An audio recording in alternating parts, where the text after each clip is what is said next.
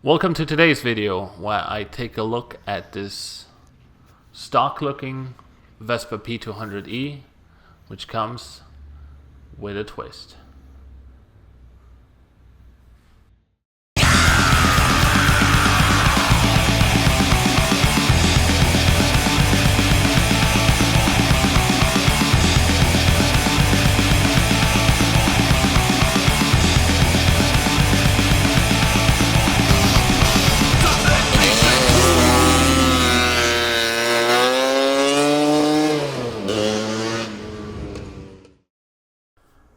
Over the course of the last few videos, you've seen me build this 200 motor with a 208cc converter. This means I took a stock 200, cut some ports in it, stroked it, played around with the timings, and in this case specifically, I put a Smart Carb 2 with a diameter of 28mm on it. I've also built my own performance clutch by banding the existing clutch and putting Malossi internals in it. Everything else on this bike, be it gearing, a rough paint job, suspension, and brakes, is bone stock. I have ridden this for about 110 miles so far to break it in, and I would like to share with you a few notes that I took on the positives and also on a thing or two that could be better on the bike. So I invite you to join me on my morning commute. I had some help filming. If you're wondering about the weird camera angle when the GoPro is mounted on my helmet, it is because I am tall. How tall, you ask? About this tall. So the first thing I want to touch base upon is the engine and the way that the engine reacts. It's a little tricky to put this into words because the engine has lots and lots of low-end power. It's a great motor. It almost feels like that feeling you get when you first ride a P200 coming from a P150, for example. So what offsets this build from a 200 is it does everything the 200 was designed for better. It is most noticeable in the connection of third to fourth gear. I can stay in fourth gear going uphill at 40 miles an hour and it doesn't drop down. It stays and it climbs and it goes. With my size and sadly the accompanying weight, that means quite a lot. Because this is not a so-called race engine. This is not a 221, right?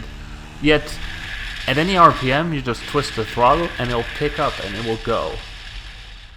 The big wild card in this build is kind of obviously the intake with the Smart Carb 2 with a diameter of 28mm.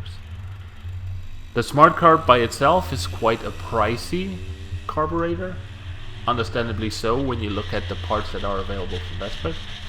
What sets this carburetor apart from the rest is its incredible smoothness at any RPM and at any throttle position.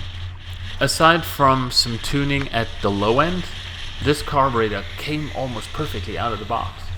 So this engine and the carburetor combined work really well in a real-life application. If I had to pass a car, weave in between traffic real quick to change lanes, or get away from everyone at a red light, to the point where my second camera guy in his little Kia Soul had trouble keeping up. You can see me here try to do a little drag race by 1, 2, 3 wheelies and then just flying off, and he couldn't keep up.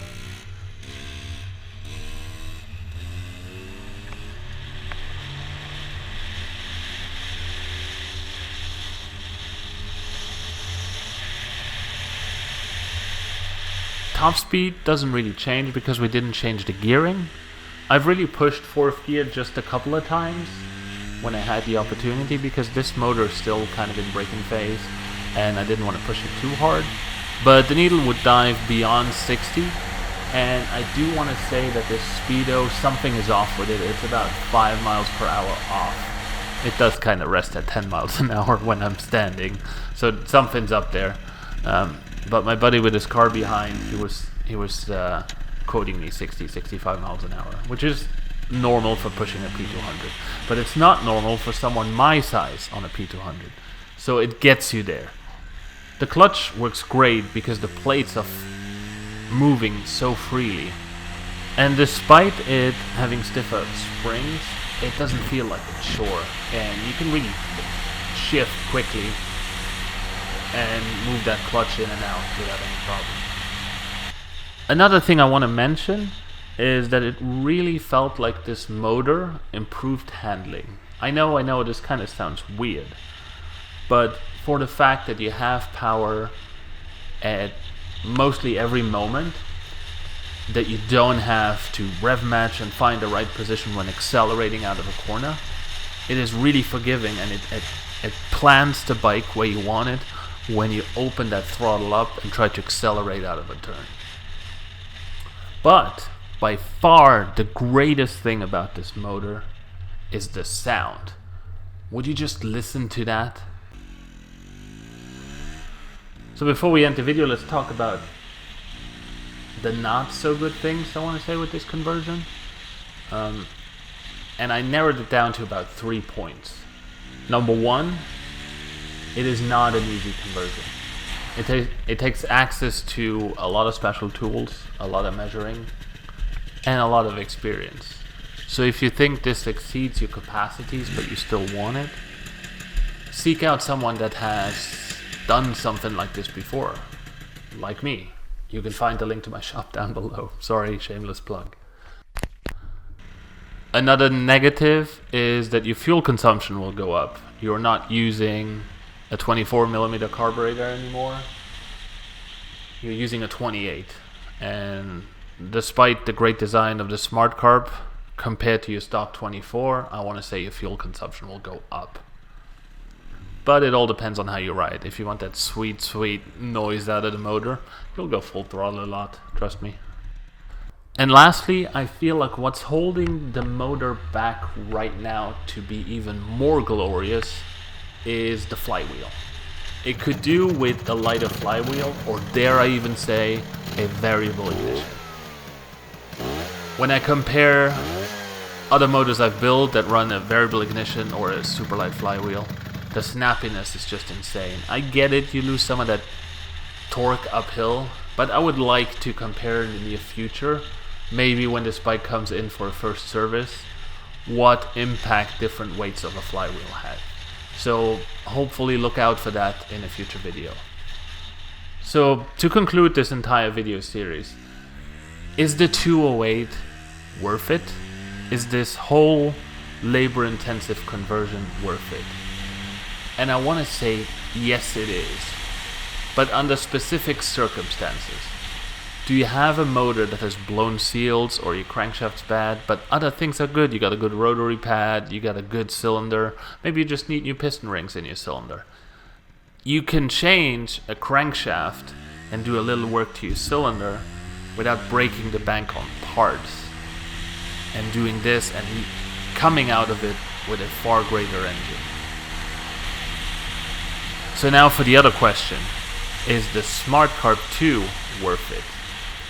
With a price tag of $549, it is quite a hefty price to pay, but the payoff is just so good. If you have worked with other carburetors before, and you kind of get how tricky it is to set them up, the Smart Carb can save you a lot of headache, but it also provides you with such a smooth ride.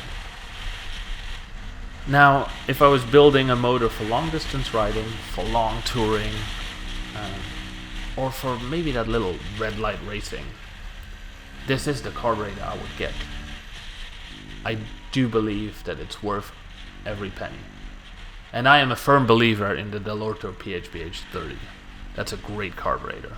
But the Smart Carb 2, it was a joy building this motor with this intake, if that makes sense. I do hope you enjoyed this video. If you have any questions, don't be scared to post them in the comments down below. I would love to hear your feedback. I actually haven't done a riding video in never. So if you like this format of me just blabbering my thoughts out of what I think of a bike, let me know, and I would love to do this again. As for the bike is going home to a happy customer. I am sure I will see it soon for a first initial checkup. I just want to have the bike back in after it being ridden a little bit to make sure everything is still good. And then of course I'll report back and see how the 208 does over longer extended periods of time. I'd be happy to share that. Until then, don't forget to comment, subscribe, all that good stuff. You can also buy That Scooter Thing sheeters. That Scooter Thing t-shirts. I put a link in the description down below. The designs are all original content, and they are actually printed by scooterists.